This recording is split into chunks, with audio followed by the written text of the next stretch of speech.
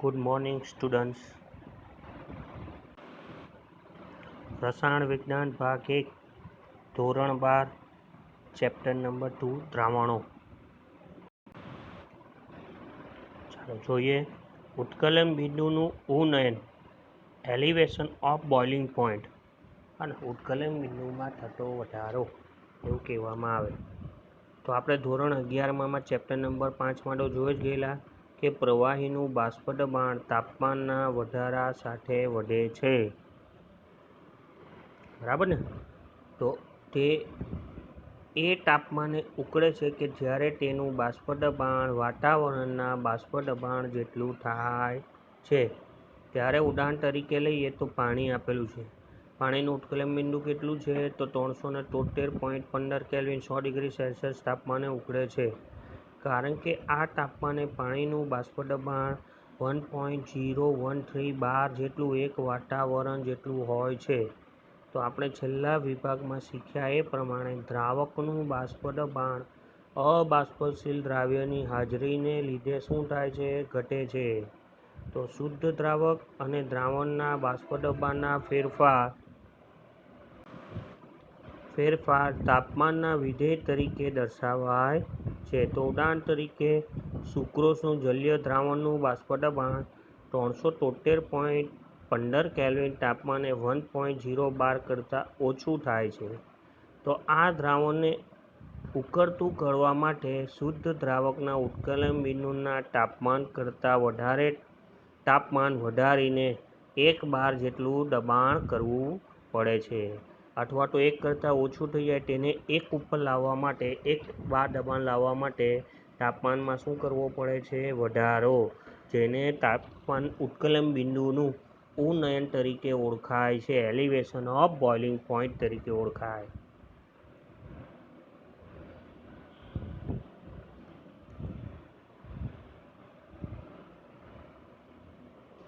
તો આકૃતિમાં બતાવ્યા પ્રમાણે તમે જોશો તો શુદ્ધ દ્રાવકના ઉત્કલન બિંદુ કરતાં તેમાંથી બનાવેલા દ્રાવણનું ઉત્કલન બિંદુ ઊંચું થશે. કેમ આપેલું છે? તો આપેલું છે તાપમાન વિરુદ્ધ દબાણનો આલેખ આપેલો છે. તો પહેલું આપેલું છે જે પોઈન્ટ ઉપર છે શું આપેલું છે? તો આ આપેલો પોઈન્ટ છે. તો આને શેના તરીકે ઓળખાય છે? તો TB0 એટલે દ્રાવકનું ઉત્કલન બિંદુ, શુદ્ધ દ્રાવકનું ઉત્કલન બિંદુ, બરાબર છે. તેને શું કહેવાય? TB0 તરીકે ઓળખાય છે. એટલે જ્યારે શું બનાવવાનું આવે? દ્રાવક, તેમાંથી શું બનાવવાનું આવે? દ્રાવણ બનાવવાનું આવે ત્યારે તેનું તાપમાન વધીને દ્રાવણનું ઉત્કલન બિંદુ આટલે પહોંચે તેને શેના તરીકે ઓળખાય? TB. બેનો તફાવત છે, તફાવતને શું કહેવાય? ડેલ્ટા TB કહેવાય. તો એ તફાવતમાં વધારે કોણ છે? TB. ઓછું કોણ છે? એટલે વેલ્યુ કોની ઓછી છે? તો TB0ની. તો ડેલ્ટા TB0 બરાબર TB માઇનસ TB0 થશે, બરાબર છે. તો આ આકૃતિ ઉપરથી તમને ખ્યાલ આવે કે કોનું દબાણ વધારે છે અથવા કોનું ઉત્કલન બિંદુ વધારે અને કોનું ઓછું. તો બાષ્પદબાણ અવનયનની જેમ ઉત્કલન બિંદુ ઉન્નયન પણ દ્રાવ્ય કણોના સ્વભાવ પર નહીં પણ તેની સંખ્યા ઉપર આધાર રાખે છે. તો 1 મોલ સુક્રોઝનું 1000 ગ્રામ પાણીમાં દ્રાવણ 373.52 કેલ્વિન તાપમાને 1 વાતાવરણ દબાણે ઉકળે છે એવું બતાવે છે. ધારો કે ડેલ્ટા TB શુદ્ધ દ્રાવકનું ઉત્કલન બિંદુ, TB દ્રાવણનું ઉત્કલન બિંદુ. તો ઉત્કલન બિંદુમાં થતો વધારો ડેલ્ટા TB બરાબર કયું સમીકરણ થશે? TB માઇનસ TB0, જે ઉત્કલન બિંદુ ઉન્નયન તરીકે ઓળખાય છે. સાથે સાથે આપેલું છે કે પ્રયોગમાં દર્શાવ્યા પ્રમાણે મંદ દ્રાવણ માટે ઉત્કલન બિંદુ ઉન્નયન દ્રાવણમાંના દ્રાવ્યની મોલલ સાંદ્રતાના સમપ્રમાણમાં હોય છે. એટલા માટે ત્યાં નવું સૂત્ર આવશે ડેલ્ટા TB બરાબર અથવા તો ડેલ્ટા TB શું થશે? ડેલ્ટા TB ચલે છે એમ મોલાલિટી ઉપર આધાર રાખે છે. મોલારિટી માટેનું સૂત્ર આપેલું છે મોલાલિટી બરાબર આપણે M બરાબર લખવું હોય તો શું લખાય? તો M બરાબર મોલાલિટી બરાબર વજન એટલે દ્રાવ્યનું વજન ગુણ્યા 1000, બરાબર ને. છેદમાં શું આવશે? અણુભાર ગુણ્યા શું આવશે? દ્રાવકનું વજન. તો આખું આમાં મૂકો એટલે ડેલ્ટા ટીબી બરાબર કેબી ઇન્ટુ એમ. આ તો અચળાંક આવ્યો. એની સાથે સાથે વેલ્યુ નીચે આપેલી છે W1 અને W2 બરાબર છે. તો આ સૂત્ર એમાં મૂકવાનું થાય. અહીંયા એમ મોલારિટી 1 કિલોગ્રામ દ્રાવકમાં ઓગળેલા દ્રાવ્યના મોલની સંખ્યા અને સપ્રમાણતા અચળાંકને ઉત્કલન બિંદુ અવનયન અચળાંક કેબી તરીકે ઓળખાય, મોલર ઉન્નયન અચળાંક તરીકે ઓળખાય અથવા તો ક્વથનાંક અચળાંક તરીકે, જે કેબીનો એકમ કેલ્વિન કિલોગ્રામ પ્રતિ મોલ. તો એક સામાન્ય દ્રાવકો માટેના કેબીના મૂલ્યો કોષ્ટકમાં આપેલા છે. જો મોલર દર M2 દ્રાવ્યના W2 ગ્રામને M1 ગ્રામ દ્રાવકમાં ઓગાળવામાં આવે તો દ્રાવણની મોલાલિટી M તરીકે ઓળખાય. એટલે આ સૂત્ર થાય અને આ સૂત્ર ઉપરથી આપણે એમની કિંમત મૂકવામાં આવે છે. બરાબર છે. એટલે એકમાં નવું સૂત્ર મળશે. કયું મળે? તો ડેલ્ટા ટીબી બરાબર કેબી ઇન્ટુ W2 ગુણ્યા 1000 છેદમાં M2 ગુણ્યા W1. આપણે શું શોધવાનું છે? તો એવું કહે છે કે દ્રાવ્યનો મોલર દર, તો M2 બરાબર 1000 ગુણ્યા W2 ઇન્ટુ કેબી છેદમાં ડેલ્ટા ટી ગુણ્યા W1 થશે. બરાબર છે. અને આની સાથે સાથે આ દ્રાવ્યનો મોલર દર M2 નક્કી કરવા માટે દ્રાવ્યના જ્ઞાત દર, દ્રાવકના જ્ઞાત દર ઓગાળવામાં આવે, ડેલ્ટા ટીબીનું નિર્ધારણ કરી આવવામાં આવે અને તે દ્રાવક માટેના કેબીના મૂલ્યો શું હોવા જોઈએ જાણતા. આ 5 વસ્તુ જાણતા હોય તો આપણે દ્રાવ્યનો અણુભાર શોધી શકીએ છીએ. બરાબર છે. આ દાખલા ઉપરથી ખ્યાલ આવશે. આ થિયરી છે, પૂછાય એવી છે 3 માર્કમાં.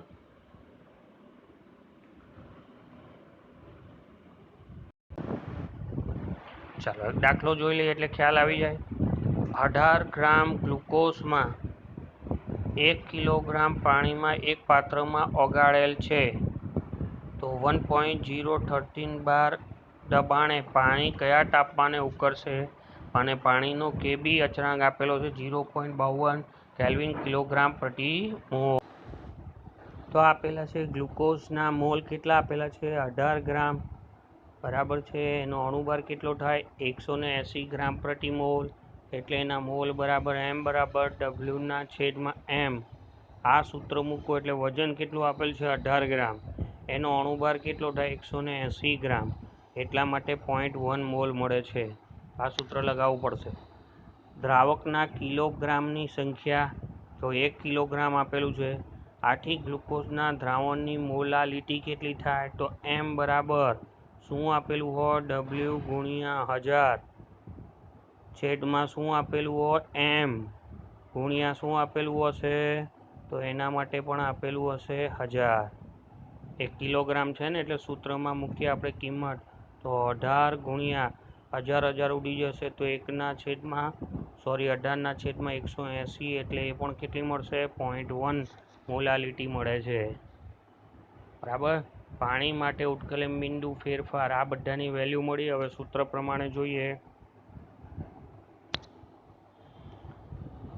તો આપેલું છે ડેલ્ટા ટીબી બરાબર કેબી ઇન્ટુ એમ. તો આપણે મોલાલિટી શોધી. કેબી આપેલો છે તો 0.52 ગુણ્યા 0.1 બરાબર છે.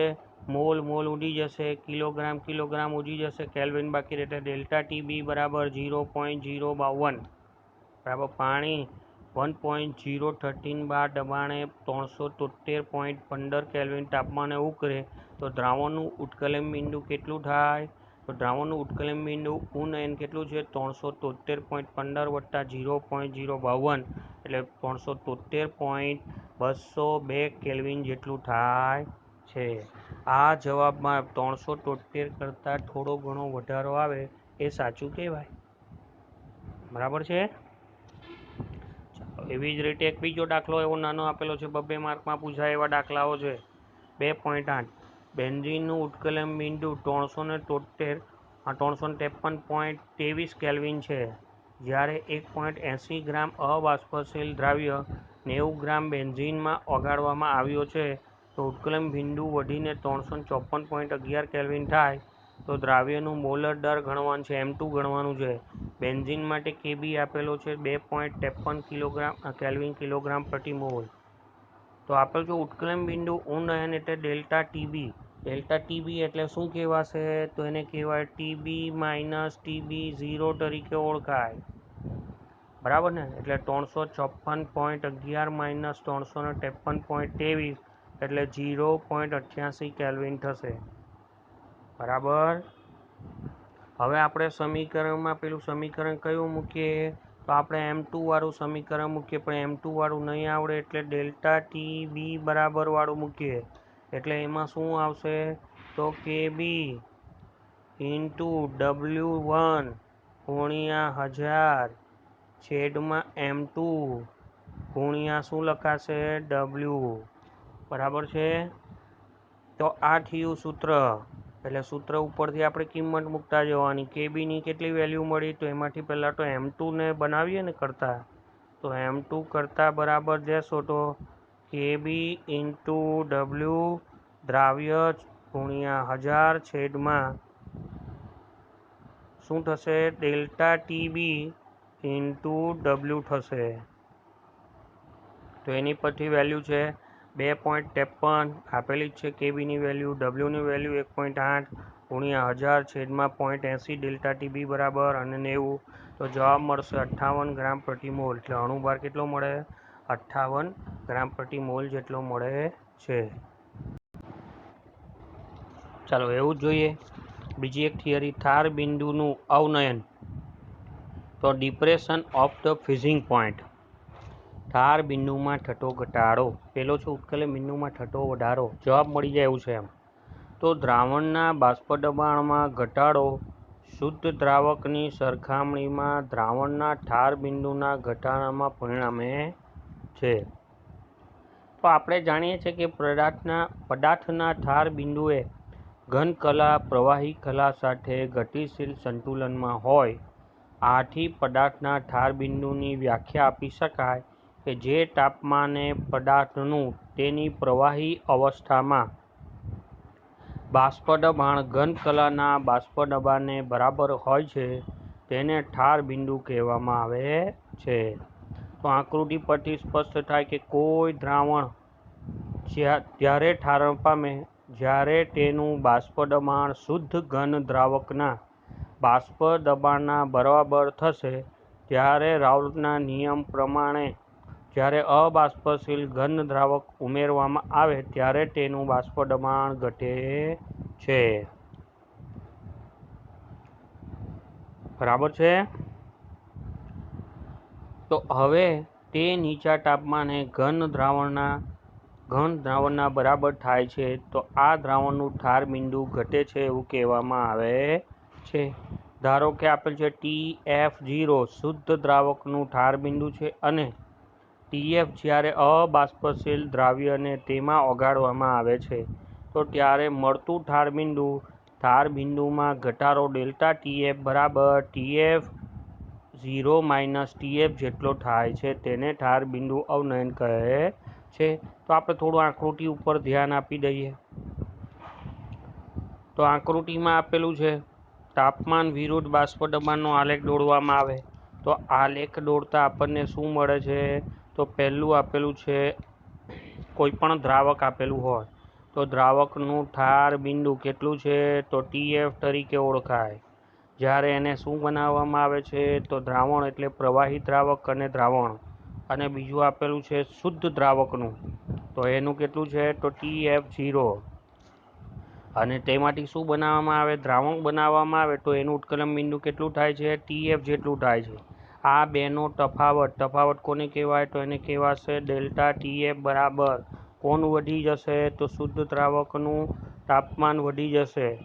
બરાબર, ધાર બિંદુ અને દ્રાવણનું ધાર બિંદુમાં ઘટાડો થાય એટલે શું મળશે સૂત્ર? ડેલ્ટા TF બરાબર TF0 માઇનસ TF બનશે.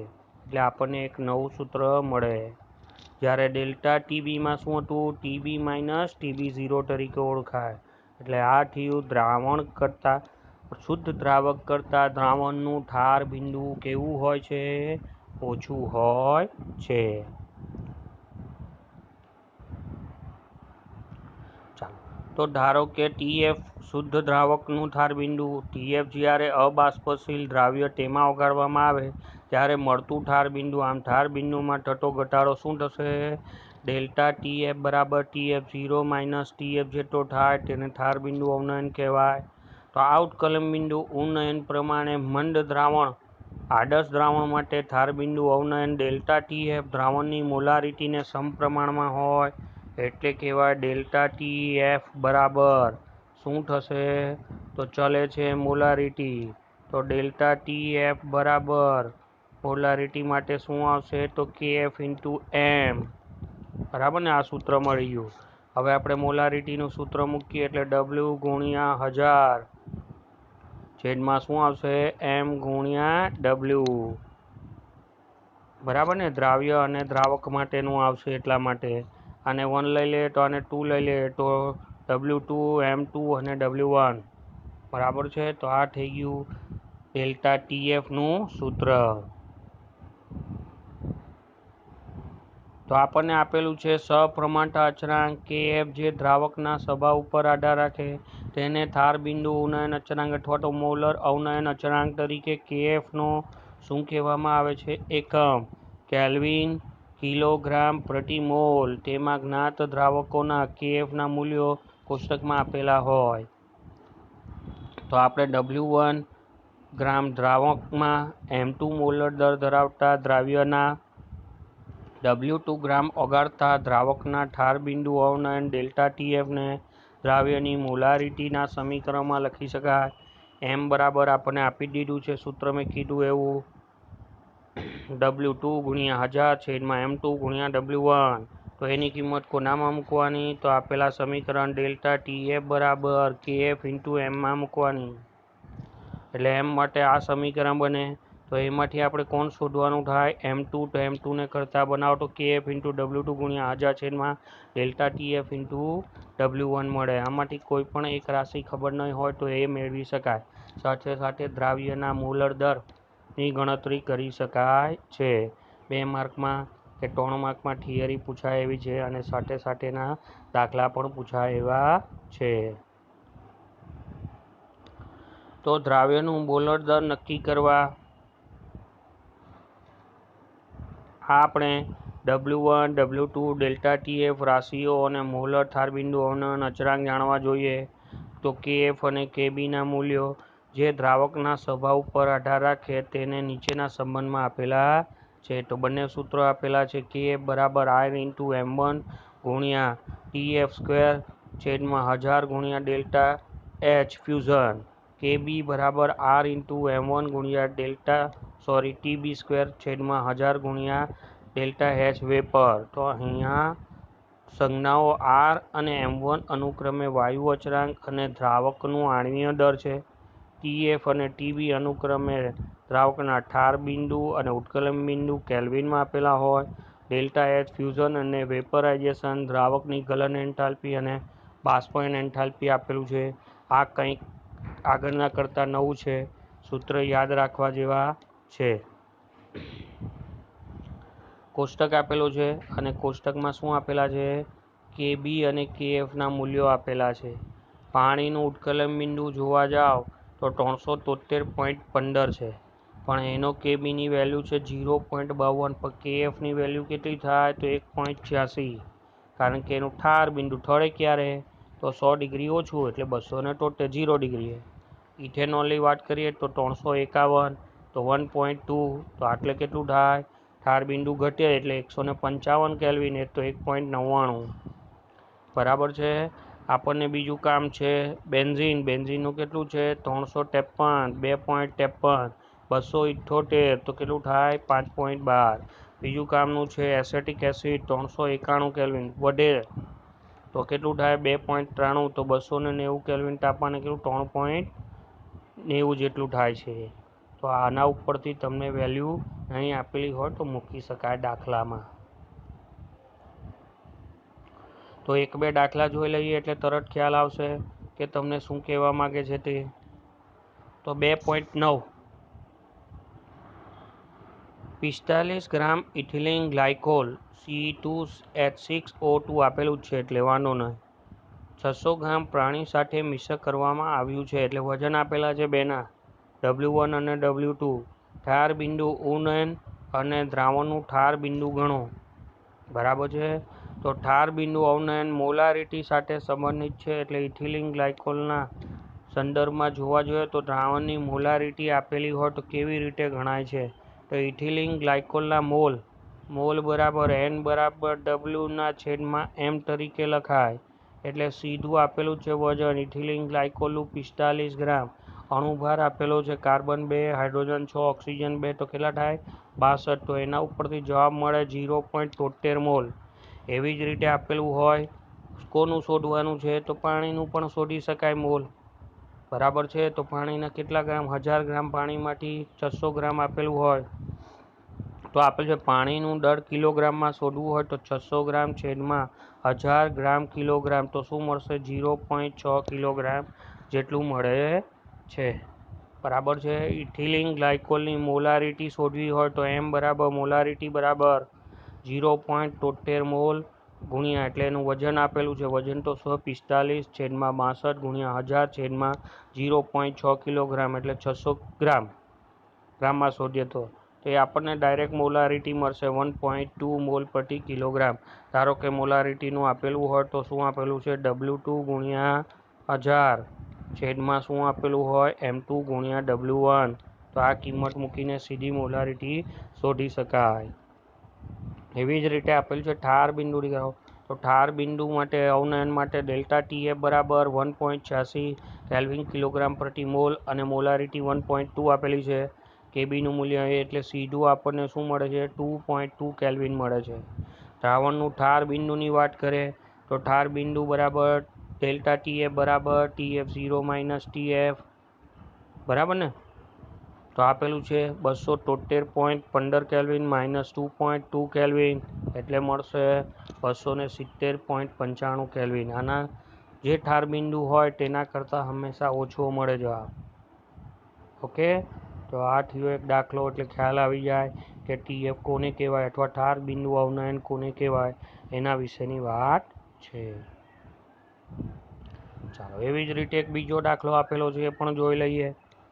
તો 2.10 1 ગ્રામ